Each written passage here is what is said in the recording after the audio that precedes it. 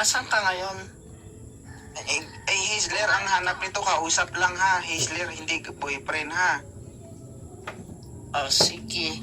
Asan ka ngayon? Umari ka. Ha? Umari ka. Amerika, saan banda? Bakit? Pupuntahan mo ako? Kung gusto mo, Oh, sige. asan ka ba ngayon banda sa Amerika? Sa baba ng Canada.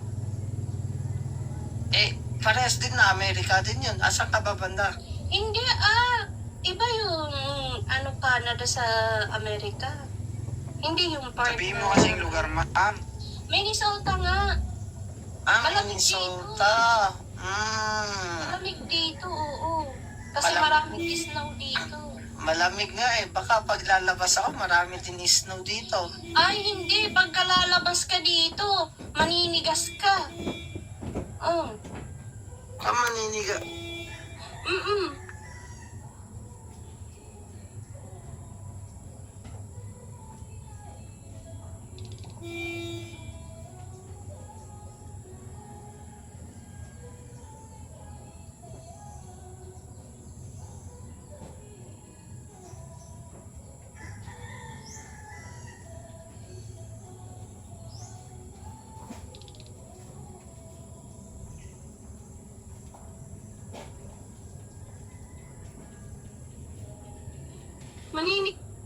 Maninigas ka pagka lalabas ka dito. Oh. Maninigas talaga ako, kakahintay sa'yo.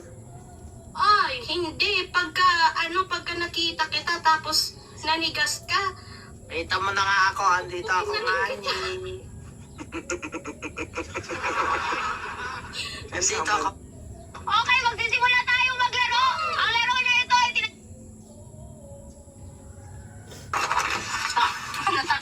Naputo.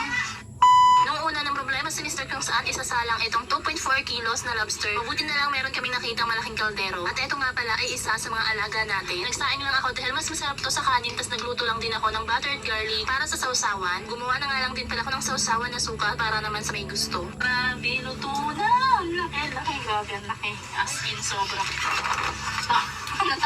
Naputo. Tignan nyo. Ano naman? Tignan nyo. Ganyan lang naman kalaki. 2.4 kilos. Isang peraso. Ma-high blood kayo sa presyo. Ayan. 2. Ay, salamat. Mata na akong anak na puting babuha ko. Pwede ka doon. Liwat ka ng pagbumba, no? Nung sabi ka, natural asa mo rin kung magmana dahil siyempre sa imo, ikaw may ako ang